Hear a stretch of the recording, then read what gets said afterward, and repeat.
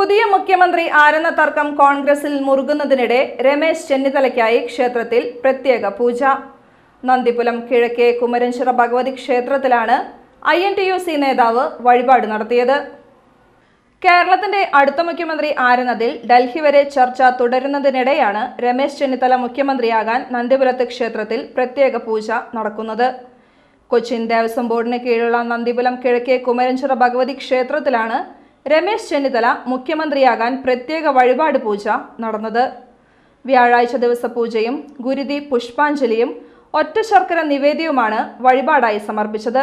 INTUC Thrissur ജില്ലാ vice president KN നാരായണനാണ് വഴിപാട് പൂജ സമർപ്പിച്ചത്. രമേശ് ചെന്നിത്തല തിരുവാതിര നക്ഷത്രം എന്ന പേരിലാണ് വഴിപാട് ഷീട്ടാക്കിയത്. ഉദ്ദിഷ്ട കാര്യസിദ്ധിക്ക് ഗുരുതി പുഷ്പാഞ്ജലി, ഒറ്റ ശർക്കര നിവേദ്യം എന്നിവയാണ് ക്ഷേത്രത്തിലെ പ്രധാന വഴിപാട്.